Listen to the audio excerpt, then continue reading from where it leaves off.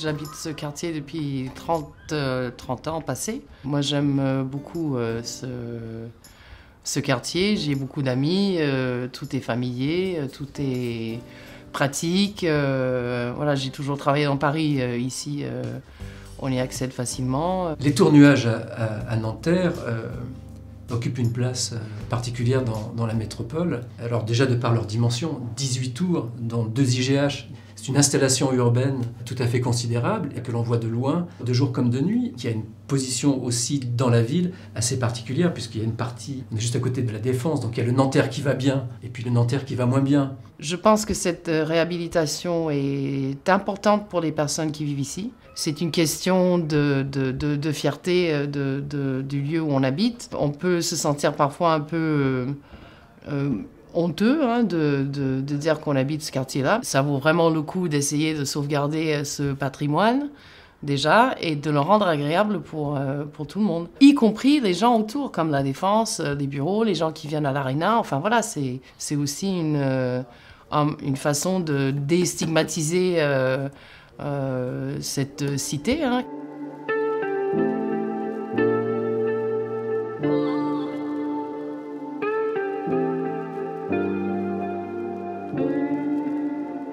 Le contexte institutionnel de l'opération n'est pas simple et plutôt dense. Nous travaillons avec 2 bailleurs. Il y a les élus, évidemment, de la ville de Nanterre, avec les services, la SEM de Nanterre et aussi l'Agence nationale pour l'environnement urbain. Nous sommes dans une opération d'ANRU, donc ils nous accompagnent, ils financent l'opération, bien entendu. Le plan d'investissement d'avenir qui aussi est présent. On travaille avec des BET expérimentés, TEREL pour les façades, le BERIM pour les structures, et tout ce qui touche l'environnement est confié au bureau d'études Franck Boutet Consultant.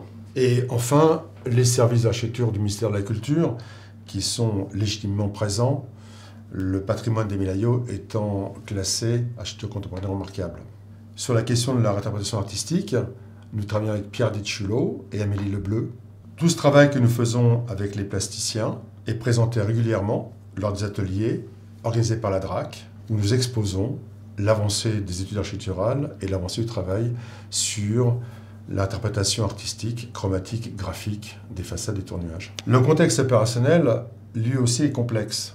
Sur les 18 tours de l'ensemble des Milaillots, 11 tours sont réhabilités par les bailleurs. Et l'agence RVA a été lauréate du concours et travaille donc avec les bailleurs sur ces tours pour leur réhabilitation.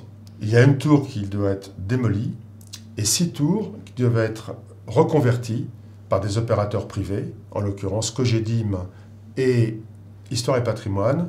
Donc nous devons travailler de manière globale et pour ce faire, nous avons des réunions régulières où nous concertons entre les bailleurs, les opérateurs, les services de la ville, les concepteurs, pour aboutir en fait à une opération qui assure la cohérence et l'unité de l'ensemble des Milaillots avec l'ensemble des intervenants.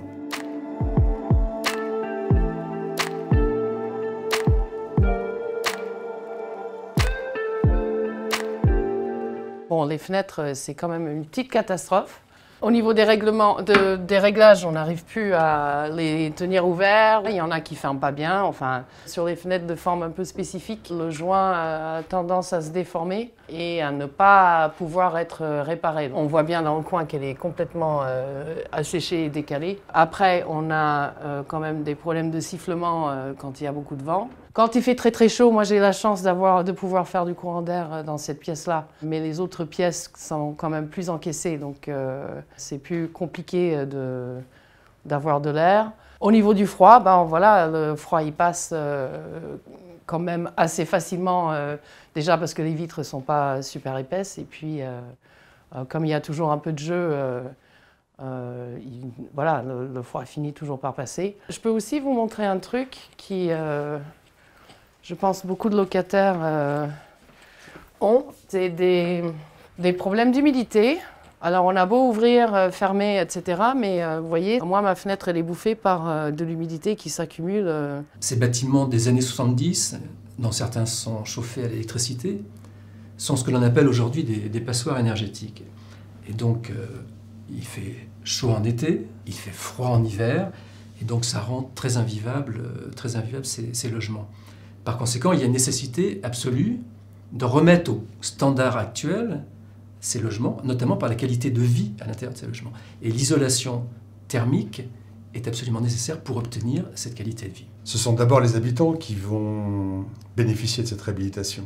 Alors demain, avec ce projet, les logements vont devenir plus confortables, mieux isolés. On apportera des solutions par rapport aux problèmes de surchauffe qu'on rencontre dans ces logements en été. Après travaux, les consommations d'énergie pour le chauffage et la production d'eau chaude sanitaire seront divisées par 4. Et par conséquent, les charges locatives seront fortement réduites pour les locataires. La réhabilitation est également nécessaire pour les offices HLM. Aujourd'hui, en moyenne, par année, les bailleurs dépensent plus de 500 000 € pour l'entretien des façades, simplement. Donc tout ça, ces coûts, bien entendu, on les retrouve sur les charges locatives pour les locataires. Donc tout le monde est perdant, les HLM, et aussi les locataires qui voient effectivement ces charges abonder, bien entendu, leur quittance de loyer.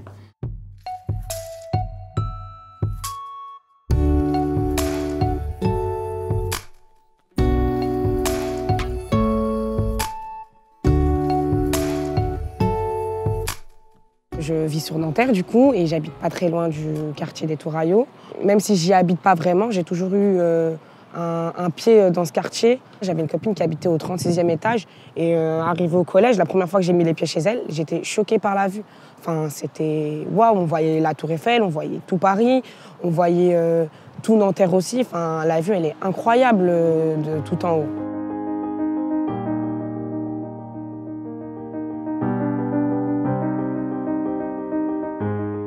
Les fenêtres sont un élément de l'ADN des Tourailleaux extrêmement particulier. Il y en a 3 formes très particulières. Il y a les carrés avec les angles adoucis, il y a le hublot, et puis il y a la larme en forme de feuille de sauge qui ont une géométrie extrêmement singulière et qui sont une des signatures des tours Émile Aillaud. Le patrimoine essentiel, c'est la vue. Et il faut que dans la réhabilitation thermique, on puisse conserver ce patrimoine extraordinaire de la vue. On habite à l'intérieur de ce logement dans une vision quasi scénographique où on donne à voir le paysage, on sublime le paysage.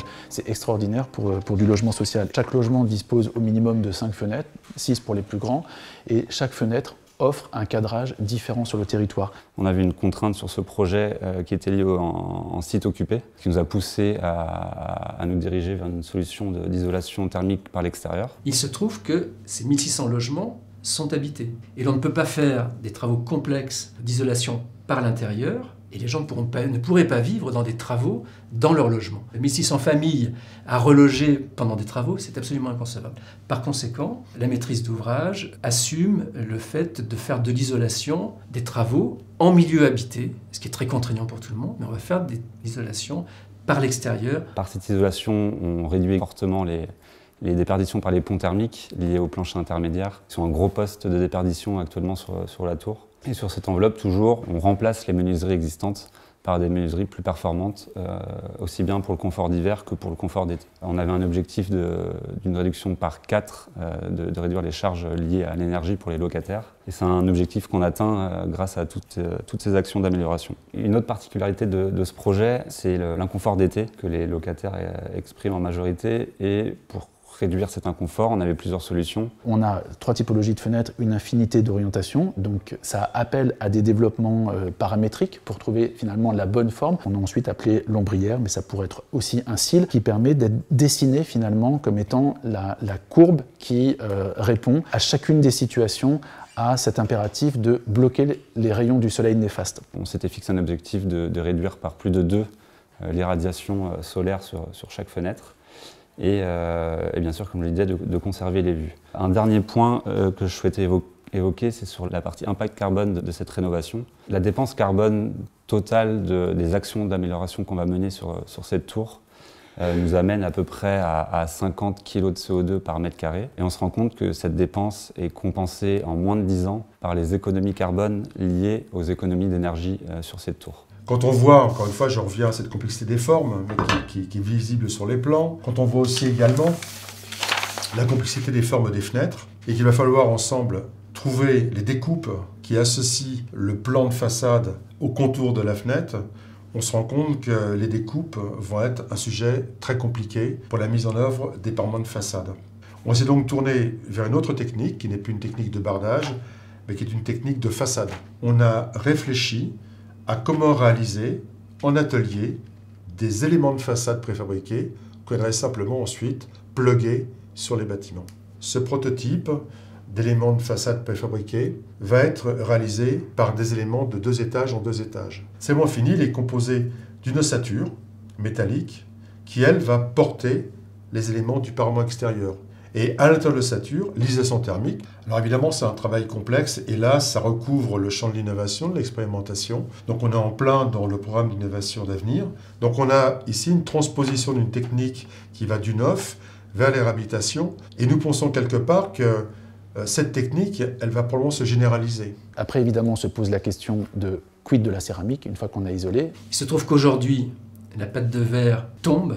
Il s'agit d'une desquamation inéluctable, car l'humidité, l'eau pénètre dans les joints, dans le béton, il y a une corrosion des métaux, et donc les aciers poussent. C'est pas simplement la pâte de verre qui tombe, c'est les bétons aussi. Il faut bien savoir qu'il y a sur certaines tours, on a jusqu'à 30% de la surface de la tour qui est endommagée par cette desquamation qui n'a pas de fin et que l'on ne sait pas traiter. Nous avons été questionnés sur la possibilité de réaliser les parements en mosaïque de pâte de verre. Avec les bailleurs, nous intervenons en milieu habité avec la mise en œuvre d'une isolation thermique par l'extérieur.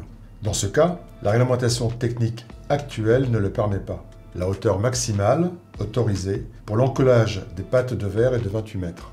8 tours font plus de 50 mètres de hauteur et les IGH plus de 100 mètres de hauteur.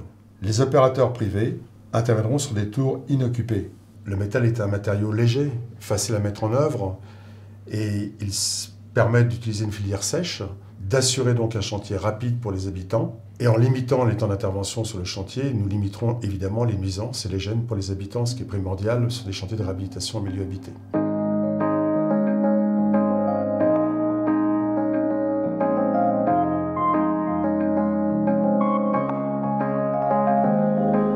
C'est vrai que quand j'étais petite, j'étais intriguée parce que j'allais chez mes amis, j'allais chez les amis de ma mère, mais j'avais jamais remarqué qu'en fait, à l'intérieur, c'était rond. Donc en fait, quand j'y suis allée et que j'ai réalisé qu'en fait, tout était un peu ovale à l'intérieur même des appartements, c'est vrai que je me suis dit, mais c'est trop bizarre parce que moi, j'habite dans un appartement où tout est rectangulaire, carré. Le choix de l'inox va permettre de respecter d'une manière précise la forme exacte des tours. On va pouvoir retrouver le côté mise en scène sculptural et humain que Émile Aillot souhaitait faire avec des tôles d'inox qui vont épouser parfaitement la forme des bâtiments. Compte tenu de l'importance de la matérialité, de la matité, de la brillance, de la couleur, nous sommes face à une problématique extrêmement complexe de maîtrise de ces différents éléments. Et donc nous travaillons avec des plasticiens, des graphistes qui nous aident à petit maîtriser ces différents éléments.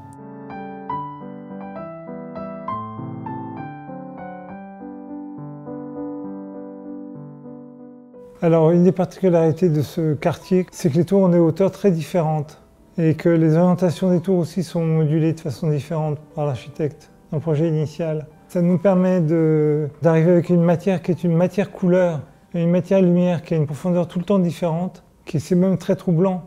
Suivant l'angle, c'est donc l'inox teinté ou brut. Suivant l'angle qu'on a sur cette matière, le point de vue, les reflets vont changer et la couleur elle-même paraît insaisissable. C'est une grande qualité.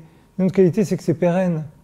C'est-à-dire que c'est quelque chose qui évoluera légèrement avec le temps. Très vite, la question de la matière est arrivée sur le projet. Donc on a commandé plein d'échantillons, que ce soit en pâte de verre et en inox. Il faut savoir que c'est un projet qui est très complexe. Un de ses paramètres notamment est le fait qu'il y a des tours qui vont être réalisées en pâte de verre et d'autres qui vont être réalisées à partir de l'inox. On a décidé de travailler ces deux matériaux de la même manière avec un travail de mosaïque, que ce soit avec de l'inox ou que ce soit avec de la pâte de verre. Et pour ça, c'était très important pour nous de créer des corrélations de teintes entre les matériaux et de cette manière-là, arriver à ce que sur l'ensemble du quartier, on n'ait pas de différenciation entre les tours qui vont être en inox et celles qui seront en pâte de verre. Notre idée, c'est de respecter le projet d'Aillot et même de le révéler encore un peu plus. Pour aller vers une sorte de sublimation des tours nuages dans les traces indiquées par Émile Aillot, avec un seul objectif en fait extrêmement simple qui est de peut-être retrouver le lustre qu'avaient ces logements, ces bâtiments aux années 70, à la fin des années 70, et les retrouver aujourd'hui afin de remettre ces logements dans une modernité, dans une actualité, et de sorte que ces logements qui aujourd'hui sont refusés à 80% par les habitants soient à nouveau plébiscités et que les gens aient envie à nouveau de vivre de manière heureuse, pacifiée dans les tours nuages des Mille-Aïeux.